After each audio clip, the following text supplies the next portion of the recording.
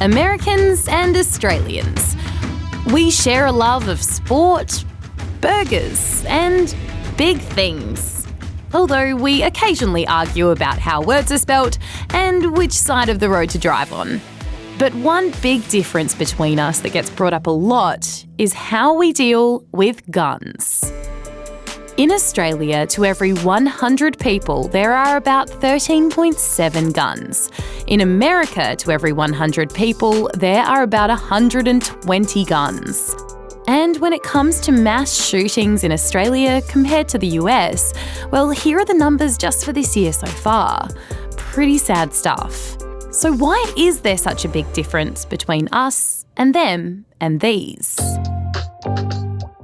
Well, back in the 1970s, Australia was generally pretty relaxed about guns. Do you notice anything unusual or different about me? You're looking very nice today. Your haircut. But that changed in 1996 when Australia witnessed the worst mass shooting in our country's history at Port Arthur in Tasmania. Less than 2 weeks later, the PM at the time, John Howard, rallied the states and territories together and brought in new gun laws. Some types of weapons, like automatic and semi-automatic weapons, were banned, and people who owned them were told to hand them in for money. And every person applying for a gun licence had to have a good reason for owning one, and go through thorough background checks. Right now, New Zealand is bringing in similar changes. The government's buying back weapons there which are now illegal. The law changed and I can understand, it makes everyone feel safer. The laws in New Zealand have caused some debate, but nothing compared to the gun debate in the States. How many more? How many more? Is this the time to disarm normal people? No more silence!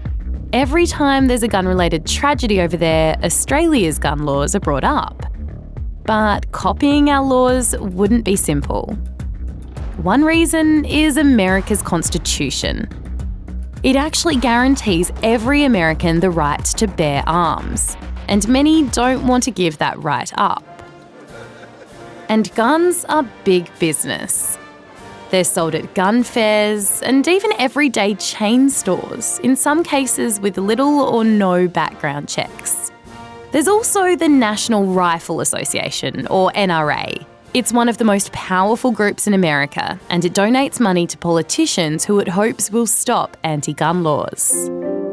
Many say a gun buyback wouldn't work in the US because there are so many guns. In fact, nearly half the world's guns are found right here. Buying them back would be really expensive and difficult. Plus, there's no proof it would actually reduce gun violence. Some say guns aren't the problem and that the government should focus on other things like mental health and other social issues. Last week, President Donald Trump said he supported tougher background checks for gun owners, but there's a long way to go before any changes are made. And it's clear that as long as the tragedies continue, so will the gun debate.